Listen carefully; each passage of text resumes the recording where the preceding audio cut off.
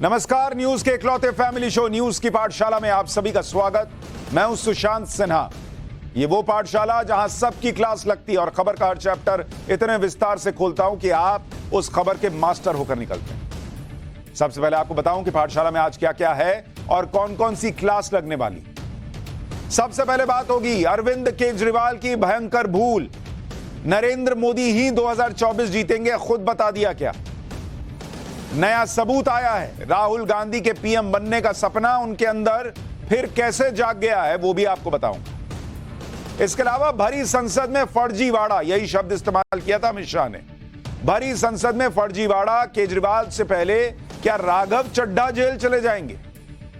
क्या संसद में राघव चड्ढा ने धोखा दिया? रूल बुक में क्या मिला हमें, आज आपको विस्तार से बताऊंगा। इसके अलावा पाकिस्तान की बात होगी, जहां जेल में बंद इमरान खान के साथ वो हो रहा है जो आप सुनेंगे तो शॉक्ड रह जाएंगे।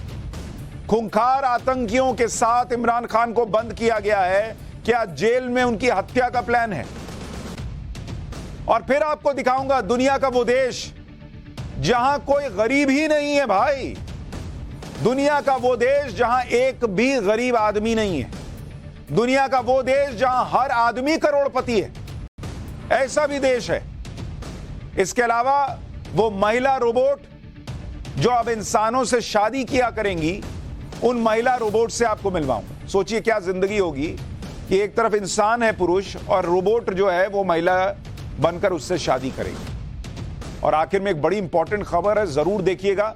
मोबाइल चार्जर ने, जो मोबाइल चार्ज करने के लिए चार्जर आता है, उसने कैसे 8 महीने के बच्ची की जान ले ली। बहुत ही शॉकिंग न्यूज है, जरूर देखिएगा। लेकिन पाठशाला में पहले दिन भर की बड़ी खबरों का रिवीजन, उसके बाद पहला चैप्टर।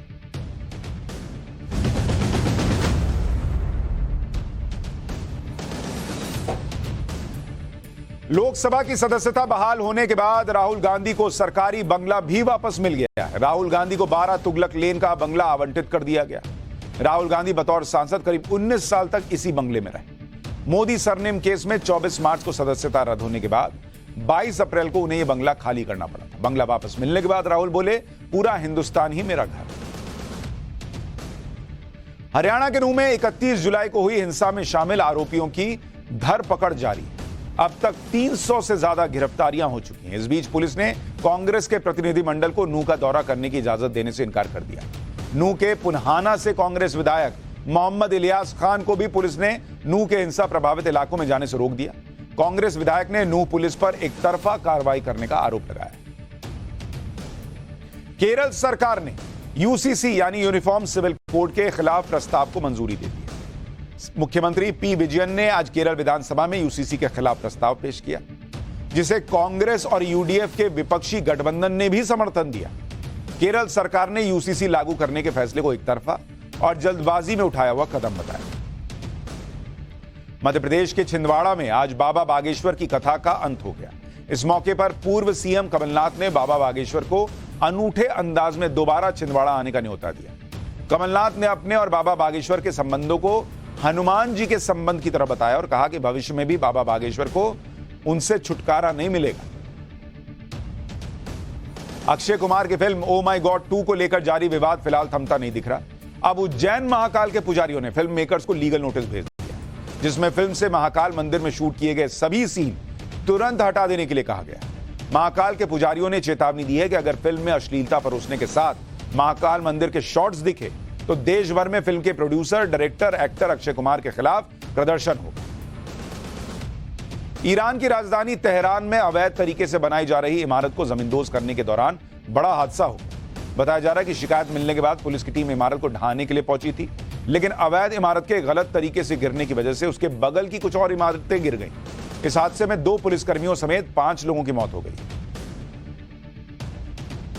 तो ये हो गया दिन भर का रिवीजन। अब पाठशाला की पहली क्लास, जिसमें आपको बताऊंगा कि केजरीवाल की भयंकर भूल कौन सी है। क्या मोदी 2024 जीतेंगे, खुद केजरीवाल ने बता दिया। नया सबूत कौन सा आया जो बता रहा है कि राहुल के पीएम बनने का सपना अंदर से फिर से जाग गया।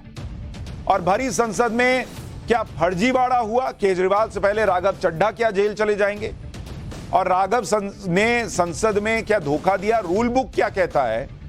आज सबसे पहले इसी का चर्चा।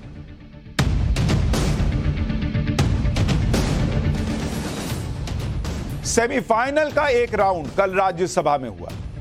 भाई 2024 फाइनल है, उसके पहले सेमीफाइनल हुआ और सेमीफाइनल का दूसरा राउंड आज लोकसभा में शुरू हुआ। सेमीफाइनल का कल का राउंड तो पीएम मोदी ने जीत लिया और ये जो I.N.D.I.A है, यानी इंडिया नाम का गठबंधन, वो कल नरेंद्र मोदी के सामने पहली हार झेल चुका।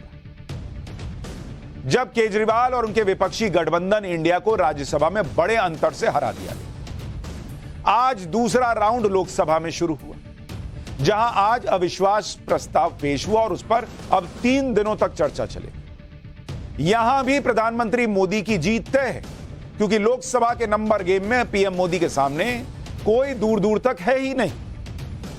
यह सेमीफाइनल इसलिए कहा जा रहा है क्योंकि खुद विपक्ष ने संसद के इस सत्र को 2024 से पहले की सबसे बड़ी लड़ाई बना दिया था और एक तरह से विपक्ष यह दिखाना चाह रहा था कि वो एकजुट होकर नरेंद्र मोदी को हरा देगा। खुद केजरीवाल कुछ दिन पहले तक दावा ठोक रहे थे कि बॉस, दिल्ली सेवा बिल जो है वो तो हम संसद में गिरा देंगे, नहीं पास होने देंगे। और इसके चक्कर में उनको इतना अंदर से कॉन्फिडेंस आ गया था कि वो बोलने लगे कि अरे ये तो सेमीफाइनल है। सुनिए अरविंद केजरीवाल क्या कहते थे, फिर आगे की बात बताता हूं। अगर सारा विपक्ष इकट्ठा हो जाता है, नॉन बीजेपी सारी पार्टियां इकट्ठी हो जाती हैं, तो एक तरह से राज्यसभा के अंदर अगर ये इसको बिल के रूप में लेके आते हैं तो इसको बिल के रूप में हराया जा सकता है राज्यसभा के अंदर। और अगर राज्यसभा के अंदर ये बिल हार गया तो ये एक तरह से 2024 का सेमीफाइनल होगा। फिर एक मैसेज चला जाएगा पूरे देश के अंदर। ये बिल अगर हार जाता है तो मैसेज पूरे देश में जाएगा कि 2024 के अंदर बीजेपी की सरकार जा रही है। तो बेसिकली अरविंद केजरीवाल, जो बाकी के लोग थे जिन्हें उन्हें सेट करना था कि बॉस थोड़ा इस बिल पे मदद दे दीजिए, उनको यह सपना बेच रहे थे कि अगर नरेंद्र मोदी ये बिल गिर गया तो मैसेज चला जाएगा कि 2024 में नरेंद्र मोदी को हराया जा सकता है। और एक बार नहीं, 10 जगह पर जाके बोलते थे, जहां जाते थे, उद्धव ठाकरे से मिलने गए, फलाना जगह गए, ढिमकाना, हर जगह ये लाइन बोल देते थे कि 2024 का सेमीफाइनल है, 2024 का सेमीफाइनल है। अब अरविंद केजरीवाल की माने तो नरेंद्र मोदी 2024 का सेमीफाइनल तो जीत चुके और उस विपक्ष की बड़ी हार हो चुकी, जिस विपक्ष को केजरीवाल इकट्ठा करके पीएम मोदी को हराने निकले थे। तो अगर सेमीफाइनल जीत गए फिर तो फाइनल भी जीतेंगे। मतलब अपना एजेंडा सेट करने के चक्कर में केजरीवाल ने देश को यह मैसेज दे दिया कि नरेंद्र मोदी को हराया नहीं जा सकता, क्योंकि वो खुद ही कह रहे हैं कि भाई सेमीफाइनल जीतते तभी ना मैसेज जाता कि मोदी को हराया जा सकता है। सेमीफाइनल हार गए मतलब मोदी को नहीं हराया जा सकता, मैसेज चला गया। यहां तक कि केजरीवाल वाले बिल पर सरकार को उम्मीद से ज्यादा वोट मिले। हराना तो दूर की बात है, अगर मैं आपको बताऊं, ये जो दिल्ली सर्विस बिल है, दिल्ली सेवा बिल, इस पर वोटिंग देखिए कि राज्यसभा में वोट मिले और उम्मीद क्या थी कि कितने मिलेंगे, उम्मीद क्या थी कि कितने वोट मिलेंगे, जरा देखिए। सरकार को कितने वोट मिले? सरकार को 131 वोट मिले और उनको उम्मीद कितने की थी कि 128 मिलेगा, यानी +3 वोट मिला है, 3 वोट एक्स्ट्रा ही मिल गया सेमीफाइनल में। और विपक्ष को कितने वोट मिले? विपक्ष को 102 वोट मिले, जबकि इनको उम्मीद थी कि 108 वोट मिलेगा, यानी -6। यानी ये -6 है, ये +3 पे चल रहे हैं। सेमीफाइनल में बुरी तरह हराया, ये निकल कर आया।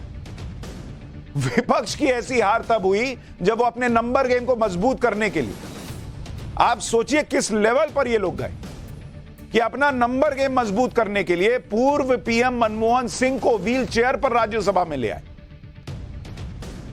भाई उनकी तबीयत खराब है, वो नहीं आ पाते हैं, लेकिन व्हील चेयर पर, मैंने आपको कल भी तस्वीर दिखाई थी, आज भी देखिए, मनमोहन सिंह बेचारे वोटिंग करने के लिए राज्यसभा आए। यहां तक कि झारखंड मुक्ति मोर्चा के प्रमुख शिबू सोरेन, जो बीमार हैं, वो भी राज्यसभा आए। इसके बावजूद विपक्ष अपने नंबर को 102 तक खींच कर ला पाए। मतलब सोचिए क्या इन लोगों का हाल रहा होगा कि बीमार लोग को भी लेके आ गए कि भाई चलो कम से कम कौन आ सकता है जी, मनमोहन सिंह आएंगे, तबीयत खराब है सर, नहीं बुलाओ यार, फिर तो 100 से भी नीचे चले जाएंगे, ऐसा भी हो सकता है। 102 का फिगर लाना था और उसके लिए बताइए बीमार लोग को बुलाए सदन के अंदर ताकि 102 दिख सके। अरे भाई 120 119 हो रहा होता तो समझ में आता था, अब राज्यसभा में ऐसी हार के बाद विपक्ष का पूरा गेम पीएम मोदी ने पलट दिया। विपक्ष की प्लानिंग यह थी कि राज्यसभा में दिल्ली वाले बिल को रोक देंगे, फिर लोकसभा में अविश्वास प्रस्ताव आएगा तो धुआंधार शुरुआत के लिए राहुल गांधी को सामने करेंगे कि जाइए सर बोलिए। अब कल से ही यह चर्चा चल रही थी कि अविश्वास प्रस्ताव पर सबसे पहले आज राहुल गांधी बोले। कांग्रेस वाले भी यही कह रहे थे कि शेर अब संसद में दहाड़ेगा। पहले भूकंप लाने वाले थे, अब संसद में दहाड़ने वाले। लेकिन आज जब अविश्वास प्रस्ताव लोकसभा में पेश हुआ तो राहुल गांधी बोलने के लिए आई नहीं। उनकी जगह पर कांग्रेस सांसद गौरव गोगोई ने अविश्वास प्रस्ताव पर बोलना शुरू किया।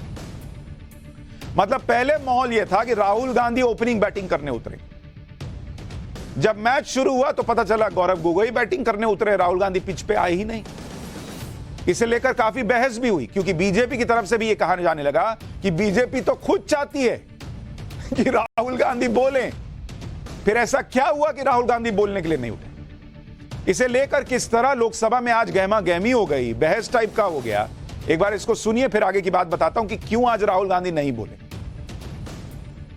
एक पॉइंट सर, सुबह जहां तक मैं जानता हूं, सुबह आपके ऑफिस में एक चिट्ठी आया था सेक्रेटरी जनरल के ऑफिस में, श्री राहुल गांधी जी गौरव गोगोई के स्थान पर बोल रहे हैं। क्या हुआ सर? हम तो राहुल गांधी जी के भाषण सुनने के लिए हम उत्सुक है सर, हम उत्सुक है। राहुल गांधी का राहुल क्या हो गया? ऐसे क्या एकदम सुबह सर 11:55 इनका चिट्ठी आया है। एक पॉइंट सर, सुबह जहां तक मैं जानता हूं, सुबह आपके ऑफिस में एक चिट्ठी आया था सेक्रेटरी जनरल के ऑफिस में, श्री राहुल गांधी जी गौरव गोगोई के स्थान पर बोल रहे हैं। क्या हुआ सर? हम तो राहुल गांधी जी के भाषण सुनने के लिए हम उत्सुक है सर, हम उत्सुक है। राहुल गांधी का राहुल क्या हो गया? ऐसे क्या एकदम सुबह सर 11:55 इनका चिट्ठी आया है सर। अभी 12 बजे चेंज हो गया, क्या हो गया? थोड़ा हमको भी समझ में आए सर, यही हमारा request. Let me understand what has happened sir. So he just at 11:55 he has given a letter that Mr. Rahul Gandhi is going to speak. What happened in 5 minutes? What is the problem, sir? We are very much enthusiastic to listen, Mr. Rahul Gandhi, sir. आपके दफ्तर के अंदर क्या बातचीत हुई है? क्या हम बताएं कि प्रधानमंत्री मोदी जी ने आपके दफ्तर के अंदर क्या क्या बातें की हैं? हम नहीं कहते। माननीय अध्यक्ष जी बताना चाहिए, बताइए। एक गंभीर आरोप है माननीय अध्यक्ष जी, बताइए।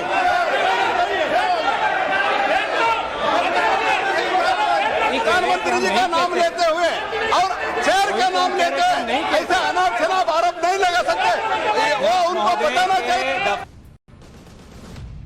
यानी बीजेपी इतनी आतुर थी कि राहुल गांधी बोलें सबसे पहले। वो वेट कर रहे हैं कि राहुल गांधी बोलें, तो वो पूछने लगे कि पहले तो राहुल गांधी बोलने वाले थे, फिर लास्ट मिनट में चेंज कैसे हुआ? तो गौरव गोगोई बोले कि हम बता दें पीएम क्या बोले हैं अंदर आपके दफ्तर में। अमित शाह एकदम बमक गए, नाराज हो गए, बोलो बोलो क्या बोले बताओ। फिर कुछ नहीं बोले। तो राहुल गांधी के नाम बोलने को लेकर यह बहस इसलिए हुई क्योंकि कांग्रेस ने अचानक अपना प्लान चेंज कर दिया। कांग्रेस का बताया यह जा रहा है, सोर्सेज ये बता रहे हैं कि कांग्रेस का पहले यह प्लान था कि अविश्वास प्रस्ताव की शुरुआत राहुल गांधी करेंगे, लेकिन बाद में प्लान चेंज करके गौरव गोगोई से शुरुआत करवा दी। अब सोर्सेज ये कह रहे हैं, माना यह जा रहा है कि राहुल गांधी अविश्वास प्रस्ताव के तीसरे दिन बोल सकते हैं। तीसरा दिन वो दिन होगा जब प्रधानमंत्री भी अविश्वास प्रस्ताव पर जवाब देंगे। कांग्रेस की प्लानिंग हो सकती है कि पीएम मोदी के सामने राहुल गांधी लोकसभा में बोलते दिखे, जिससे सबको यह मैसेज जाए कि 2024 की लड़ाई नरेंद्र मोदी बनाम राहुल गांधी की है। भाई आज बोल देते, वहां पीएम तो थे नहीं भाई, ये राहुल गांधी तब बोलेंगे जब सामने पीएम हो, या उस दिन बोलेंगे जिस दिन पीएम रिप्लाई देने वाले हैं। तो होगा कि भाई राहुल जी ने बोला, उसका जवाब मोदी जी ने दिया। हमने पाठशाला में आपको पहले भी बताया था कि राहुल गांधी की सजा पर रोक लगते ही कांग्रेस को नई ऊर्जा मिल गई। राहुल गांधी को शेर आंधी बताकर कांग्रेस 2024 के लिए राहुल गांधी के पक्ष में इस तरह माहौल बना रही है कि राहुल गांधी की नरेंद्र मोदी के खिलाफ विपक्ष को लीड करेंगे। और राहुल गांधी के भाषण को आज टालकर कांग्रेस ने फिर से संकेत दे दिए कि कांग्रेस के अंदर, राहुल गांधी के अंदर पीएम बनने का सपना फिर से जाग गया। कांग्रेस के इन अरमानों से विपक्ष में घबराहट भी है, क्योंकि राहुल गांधी की आवाज में जो दहाड़ कांग्रेस को सुनाई देती है, वैसी दाढ़ विपक्ष की बाकी पार्टियों को भी लगे, ये जरूरी तो है नहीं। इसलिए राहुल गांधी के पक्ष में माहौल बनते ही विपक्ष में नई घबराहट हो सकती है, क्योंकि अभी तक विपक्ष की जो 2 बैठकें हुई उस दौरान राहुल गांधी सांसद तक नहीं थे।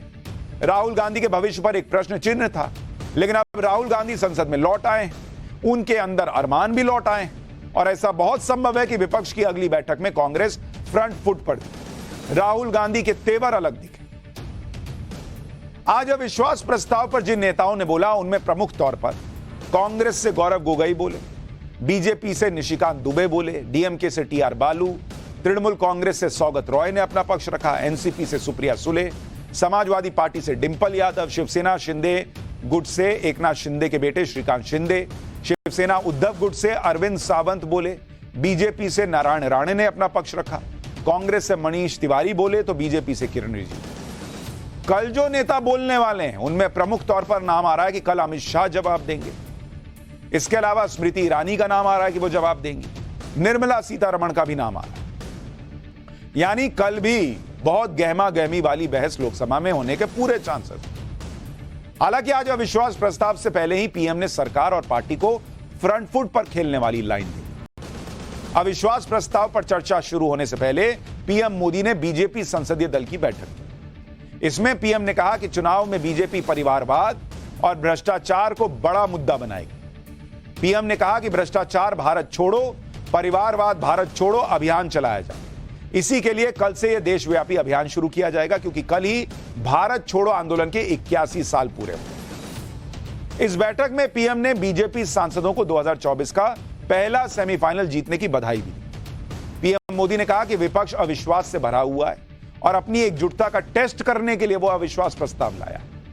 पीएम मोदी ने विपक्ष के गठबंधन इंडिया को घमंडिया गठबंधन भी कहा, मतलब इंडिया है लेकिन घमंडिया। पीएम मोदी ने 2018 में अविश्वास प्रस्ताव पर दिए अपने भाषण का भी जिक्र किया, जिसमें उन्होंने कहा था कि वो प्रार्थना करते हैं कि 2023 में भी विपक्ष को अविश्वास प्रस्ताव लाने का मौका मिले।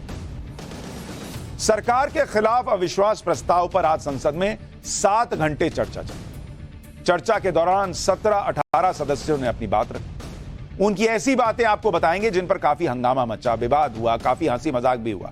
जैसे बीजेपी सांसद निशिकांत दुबे ने कह दिया कि सोनिया गांधी अपने बेटे को सेट करना चाहती हैं और दामाद को भेंट देना चाहती। उस समय सोनिया गांधी वहीं बैठी हुई थी। जब निशिकांत दुबे ने यह बात कही तो लोकसभा के अंदर क्या हुआ, देखिए जरा। सोनिया जी का मैं बड़ा सम्मान करता हूं सर। सोनिया जी, मुझे जो लगता है कि उनके पार्टी की उनकी 2 मनस्थिति है। वो एक हिंदू सभ्यता संस्कृति में बिलीव कर रही हैं, इसीलिए अलौकिका पंडिता की तरह जो पूरा किताब में लिखा हुआ है कि क्या क्या करना चाहिए एक भारतीय नारी को, उसका पूरा का पूरा पिक्चर सोनिया जी देती है। उनको 2 काम करना है, बेटे को सेट करना है और दामाद को भेंट करना है। मैंने दोनों बातें कही कि बेटे को सेट करना है और दामाद को भेंट करना है। मैं अपने बात पर कायम हूं सर। अविश्वास प्रस्ताव पर आज बोलने वाले सांसदों में श्रीकांत शिंदे भी थे। श्रीकांत शिंदे महाराष्ट्र के सीएम एकनाथ शिंदे के बेटे। एकनाथ शिंदे की शिवसेना और उद्धव ठाकरे की शिवसेना के बीच हिंदुत्व की रेस चलती। इसी वजह से श्रीकांत शिंदे ने अपनी पार्टी को असली शिवसेना बताते हुए संसद में ही हनुमान चालीसा पढ़ना शुरू कर दिया। देखिए आज लोकसभा में कैसे हनुमान चालीसा पढ़ी गई। जय हनुमान ज्ञान गुण सागर, जय कपीसत जो लोक जागर, रामदूत अतुलित बलधामा, अंजनी पुत्र पवन सुत नामा, महावीर विक्रम बजरंगी, कुमति निवार सुमति के संगी, कंचन वरण विराज सुबेसा, गानन कुंडल कुंचित केसा, हाथ वज्रो ध्वजाउ राजे, कांध भूत जनेऊ साजे, कंठ शंकर सुवन केसरी नंदन, तेज प्रताप महाजगवंदन, विद्यावान गुणी अति चातुर, राम काज करे बिको आतुर। चलिए पूर्ण कीजिए। हम बाला साहब के विचारों पर चलने वाले लोग हैं, हिंदुत्व पर चलने वाले लोग हैं। यहाँ पर सिर्फ नाम लेकर जो है हिंदुत्व का नाम खाली नहीं लेते हम लोग यहाँ पर। तो हनुमान चालीसा भी हो गई आज संसद के अंदर। अभी ये भी बताने वाला हूं कि केजरीवाल जी के जो सांसद है राघव चड्ढा, उनका क्या होने वाला है, क्योंकि उन पर जो है फर्जीवाड़े का आरोप लगा है। अमित शाह नहीं लगाया, उस पर आता हूं। लेकिन पहले देखिए कि महाराष्ट्र से ही सांसद है नारायण राणे, जो कभी शिव सैनिक थे, आजकल बीजेपी में और केंद्रीय मंत्री भी हैं। आज लोकसभा में नारायण राणे और शिवसेना के उद्धव गुट के सांसद अरविंद सावंत के बीच तीखी बहस हो गई। यह बहस यहां तक पहुंच गई कि औकात दिखाने की बात होने लगी। सुनिए नारायण राणे को। ये शिवसेना में कब आया? मैं 1967 का शिव सैनिक हूँ, 7 में 1900। ये नहीं, अरे बैठ पीछे बैठ। व्यक्तिगत मंत्री जी, मान्य मंत्री जी, प्लीज क्या एकदम है बैठ। प्लीज। अरे पार्टी बदलने को भी ताकत लगता है, तुम लोग को छोड़ के गए ना। प्लीज। अरे छोड़। मान्य मंत्री जी, इधर address the chair only, address the chair only. मैं पार्टी छोड़ा ना, ये 220 लोगों ने प्रोटेक्शन लिया था, 220 लोगों ने। अभी कुछ नहीं बचे, अभी बचे नहीं है। खाली अभी जो आवाज आ रहे हैं ना, वो बिल्ली का टाइगर का आवाज नहीं है, वो खत्म हो गए। अभी वो उनको कोई हमारे पंतप्रधान जी के ऊपर बोलने का कोई अधिकार नहीं है, औकात नहीं है उनकी। माननीय पंतप्रधान जी हमारे माननीय अमित शाह, इनके ऊपर उंगली भी बनता है ना। Thank you. तो तुम्हारी औकात में निकालूंगा क्या असलियत है? इधर तो बात औकात तक भी चली गई कि अगर नरेंद्र मोदी पर अमित शाह पे कुछ बोले तो तुम्हें औकात दिखा दूंगा। लेकिन इस गर्मा गर्मी वाली बहस से पहले अविश्वास प्रस्ताव पर चर्चा की शुरुआत कांग्रेस के सांसद गौरव गोगोई ने की। गौरव गोगोई ने मणिपुर की बात की और यह कहा कि मणिपुर की वजह से विपक्ष अविश्वास प्रस्ताव लेकर आया। मणिपुर के लिए हम लाए हैं इंडिया अलायंस, क्योंकि मणिपुर आज इंसाफ मांगता है। मणिपुर का युवा इंसाफ मांगता है, मणिपुर की बेटी इंसाफ मांगती है, मणिपुर के किसान इंसाफ मांगते हैं, मणिपुर के छात्र इंसाफ मांगते हैं। और मार्टिन लूथर किंग ने कहा है, मार्टिन लूथर किंग ने कहा है कि अगर कहीं भी नाइंसाफी हो तो वो हर जगह के लिए इंसाफ का खतरा बन सकता है। Injustice anywhere is a threat to justice everywhere. तो ये जो घटनाएं मणिपुर में हो रही है, इसको ये हम ना समझे कि उत्तर पूर्वांचल के किसी कोने में हो रहा है, ये भारत में हो रहा है सर। अगर मणिपुर जल रहा है तो भारत जल रहा है, अगर मणिपुर में आग लगी है तो भारत में आग लगी है, अगर मणिपुर विभाजित हुआ है तो भारत विभाजित हुआ है। तो आज हम सिर्फ मणिपुर की बात नहीं कर रहे, हम भारत की बात कर रहे हैं। गौरव गोगोई उत्तर पूर्व से सांसद, तो उन्हें जवाब भी उत्तर पूर्व से मिला। अरुणाचल प्रदेश से सांसद और केंद्रीय मंत्री किरण रिजिजू ने कहा कि जिस उत्तर पूर्व की इतनी बात आज हो रही है, उसके बारे में 2014 के पहले क्यों नहीं सोचा गया। सुनिए रिजिजू ने क्या जवाब दिया।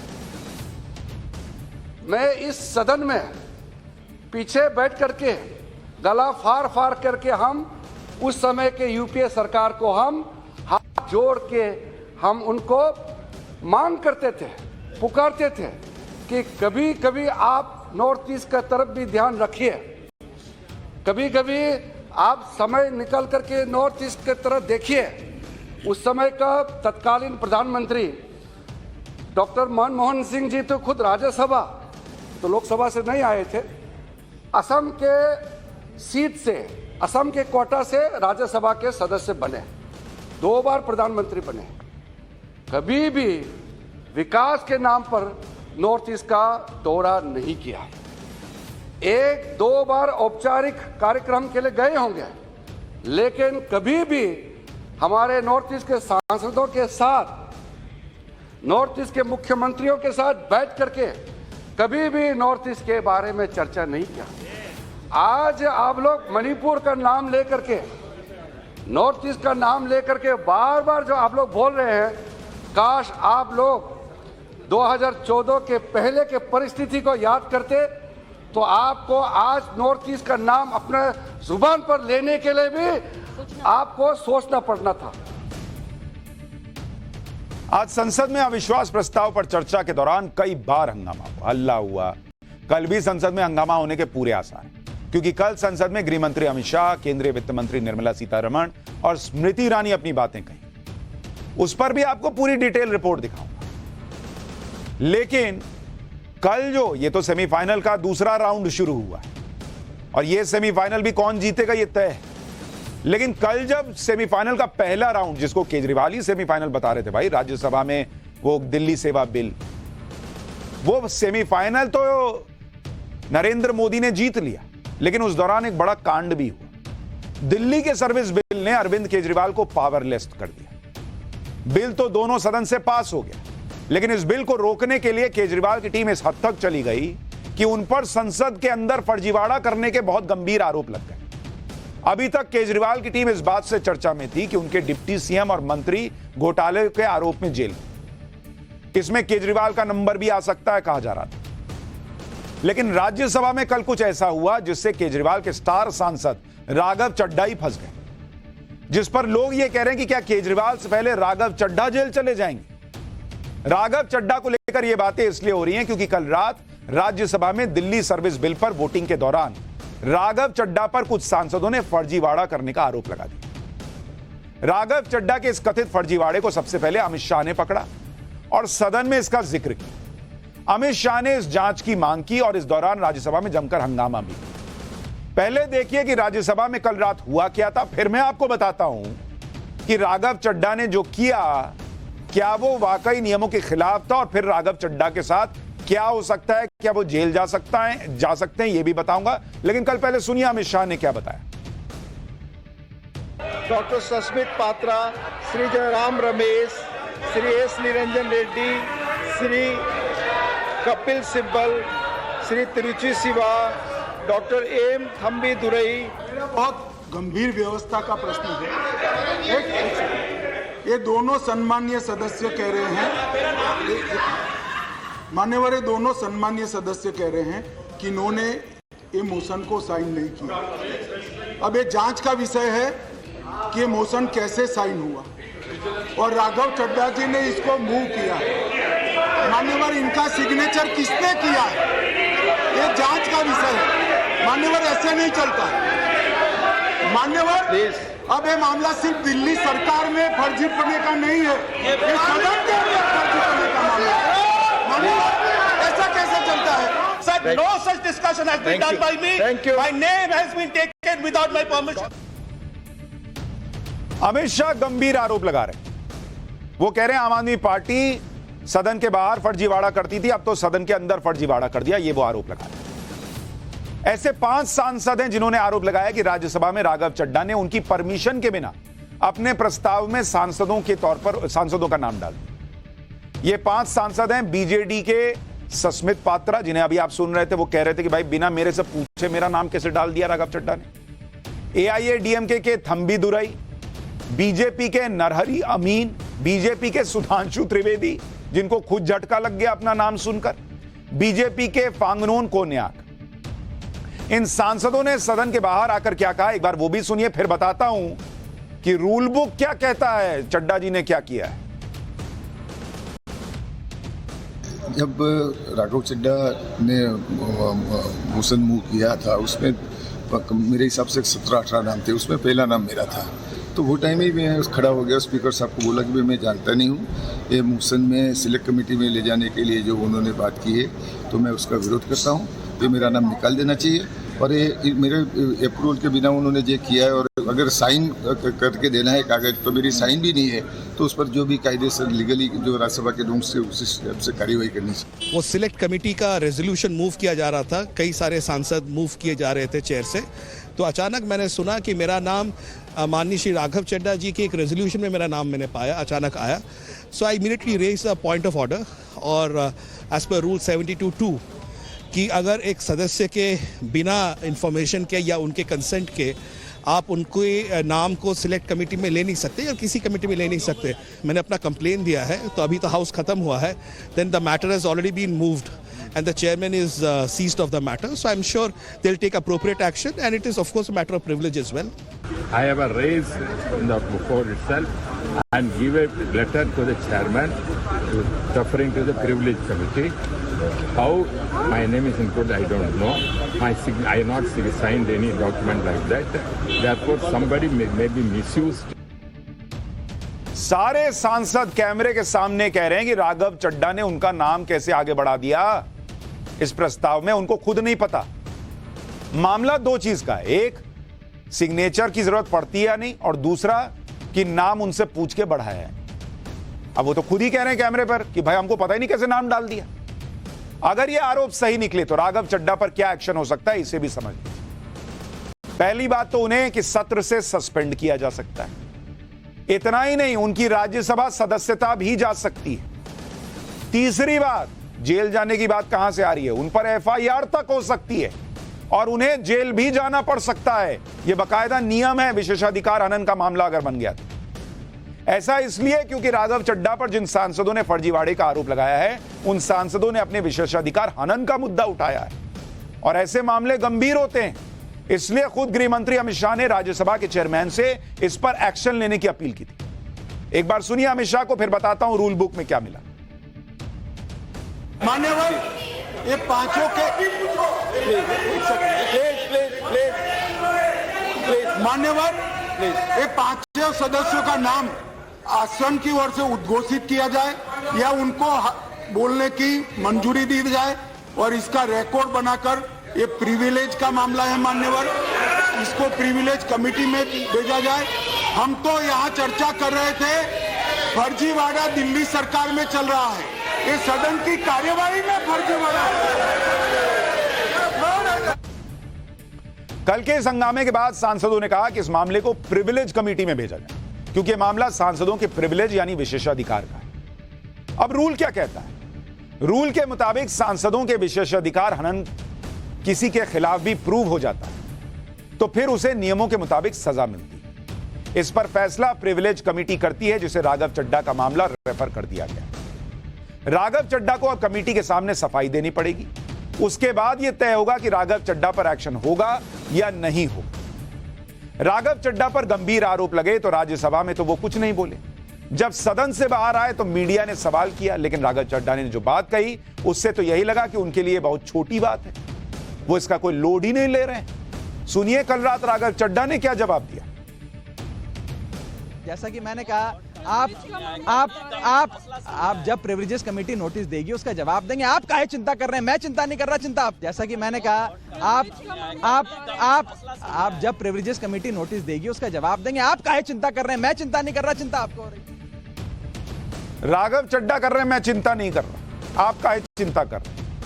अरे बहुत, संसद के अंदर फर्जीवाड़े का आरोप लग रहा है और देश को चिंता नहीं होनी चाहिए। बाहर आकर बताना चाहिए, तो जवाब देने के बजाय कह रहे हैं कि आप चिंता काहे कर रहे हैं। ये दुनिया भर की चिंता लिए घूमे, लेकिन ये जो करें उस पर किसी को चिंता नहीं होनी चाहिए। राघव चड्ढा की बातों से लग रहा है कि वो इन आरोपों की गंभीरता नहीं समझ रहे या जानबूझकर ऐसा दिखा रहे, अरे बहुत छोटी बात है। लेकिन यहां सवाल यह है कि राघव चड्ढा ने अगर ऐसा फर्जीवाड़ा किया तो वो इस फर्जीवाड़े को कर क्यों रहे थे? वो कौन सा प्रस्ताव लाना चाह रहे थे और इस प्रस्ताव से वो क्या करना चाह रहे थे? इसे भी आसान तरीके से समझिए। राज्यसभा में कल रात करीब 9:30 बजे तक दिल्ली सर्विस बिल पर चर्चा हो चुकी। किसी भी बिल पर चर्चा के बाद जितने भी संशोधन सांसदों के द्वारा प्रस्तावित किए जाते हैं उन पर एक एक करके वोटिंग होती है। ये यानी आप ये समझिए कि पूरे बिल पर एक साथ वोटिंग के पहले कई बार बिल के हर हिस्से पर वोटिंग होती है कि भाई ये अमेंडमेंट प्रस्तावित किया गया है, इसको रखना है कि हटाना है। विपक्ष ये कोशिश करता है कि अगर बिल पास भी हो जाए तो कम से कम बिल के कुछ हिस्सों में अपने अनुसार जरूरी बदलाव करवा लें। इसके लिए सांसद अलग अलग हिस्सों पर अपने अलग अलग सुझाव देते हैं और ये सुझाव माने जाएं या नहीं ये वोटिंग तय करती है। अगर ये सुझाव पास हो जाते हैं तो वो संशोधन बन जाते हैं। जब सांसद अपने सुझाव भी पास नहीं करा पाते तो कई बार वो बिल को लटकाने के लिए कोशिश करते हैं कि किसी भी तरीके से बिल संसद की किसी कमेटी में चला जाए, जहां पर बिल पर शुरुआत से चर्चा फिर से हो, रिसर्च हो, रिपोर्ट बने और फिर से संसद के सामने बिल पेश होगा और इसमें 2-3 महीने का वक्त निकल जाता है। ऐसा ही कुछ कल रात राज्यसभा में राघव चड्ढा करने की कोशिश कर रहे थे, क्योंकि विपक्ष ना तो बिल रोक पाया ना अपना कोई संशोधन पास करा पाया। तो आखिरी हथियार के रूप में विपक्ष ने बिल को संसद की सेलेक्ट कमेटी में भेजने का प्रस्ताव रख दिया कि भाई सेलेक्ट कमेटी में जाएगा, अपने आप लटक जाएगा। वहीं पर जिन सांसदों का नाम डाला गया सेलेक्ट कमेटी के नाम पर, उसको लेकर बवाल हुआ है। अब आप सेलेक्ट कमेटी के बारे में जान लीजिए ताकि आप यह समझ पाए कि कहां नियमों का उल्लंघन हुआ, क्यों कहा जा रहा है कि राघव चड्ढा ने फर्जीवाड़ा किया। सेलेक्ट कमेटी संसद की वो समिति होती है जिसमें किसी बिल पर विस्तार से चर्चा होती है।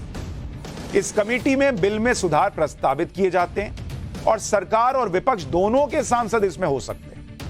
यह कमेटी बिल पर एक रिपोर्ट बनाकर देती है, संसद में पेश करती है, जिसके अनुसार ही बिल में आगे परिवर्तन किए जाते हैं और इसमें 2 से 3 महीने का वक्त लगेगा। राघव चड्ढा ने शायद यही सोचकर प्रस्ताव आगे बढ़ाया कि अगर बिल सेलेक्ट कमेटी के पास चला जाएगा तो 2 से 3 महीने के लिए बिल लटका रहेगा, तब तक उन्हें शायद सुप्रीम कोर्ट से कुछ राहत मिल जाए। सेलेक्ट कमेटी में बिल को भेजने के मकसद से राघव चड्ढा कल प्रस्ताव लेकर आए और हो सकता है कि अपने प्रस्ताव को मजबूत दिखाने के लिए राघव चड्ढा ने अपने प्रस्ताव के समर्थन में कई सांसदों के नाम लिखे, ताकि सबको यह लगे कि सदन में बहुत सारे सांसद ये मानते हैं कि वो बिल को सेलेक्ट कमेटी के पास भेजा जाए।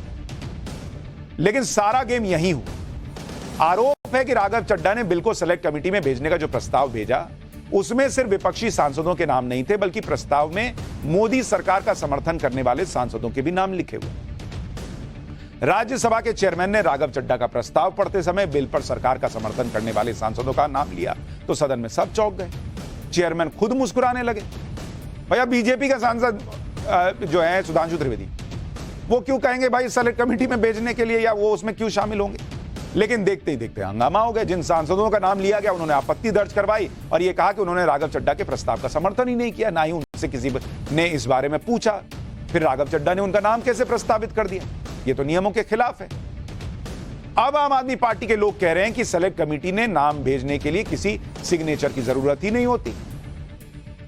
आम आदमी पार्टी के सांसद संजय सिंह तो कह रहे हैं कि जिस तरह से राहुल गांधी की सदस्यता छीनने की साजिश हुई, वैसे ही अमित शाह राघव चड्ढा के पीछे पड़ गए। संजय सिंह कह रहे हैं कि अगर राघव चड्ढा की सदस्यता गई भी तो वो फिर से चुनकर आ जाएंगे। एक बार इनको सुन लीजिए, फिर मैं आपको बताता हूं कि नियम क्या कहता है, सिग्नेचर की जरूरत पड़ती है या नहीं, या जिनके नाम डाले गए उनसे पूछने की जरूरत पड़ती है। पहले एक बार संजय सिंह को सुनिए। देश के गृह मंत्री अमित शाह राघव चड्ढा के पीछे पड़ गए। जैसे झूठा बेबुनियाद केस बनाकर राहुल गांधी की सदस्यता ली, ऐसे ही राघव की सदस्यता लेना चाहते हैं। ये बहुत ही खतरनाक लोग हैं, कुछ भी कर सकते हैं। लेकिन हम लोग आम आदमी के सिपाही हैं, हम इनसे डरते नहीं, इनसे लड़ते हैं और लड़ते रहेंगे। अगर राघव की सदस्यता ली तो राघव फिर चुन के आएंगे और इनके खिलाफ अपनी लड़ाई, अपनी जंग जारी रखेंगे। देखिए, मैं समझता हूं कि नियम की जानकारी ना होने की वजह से राज्यसभा में कुछ सांसदों ने ये कहा कि मेरे सिग्नेचर झूठे कर लिए गए सिलेक्ट कमेटी के निर्माण के लिए।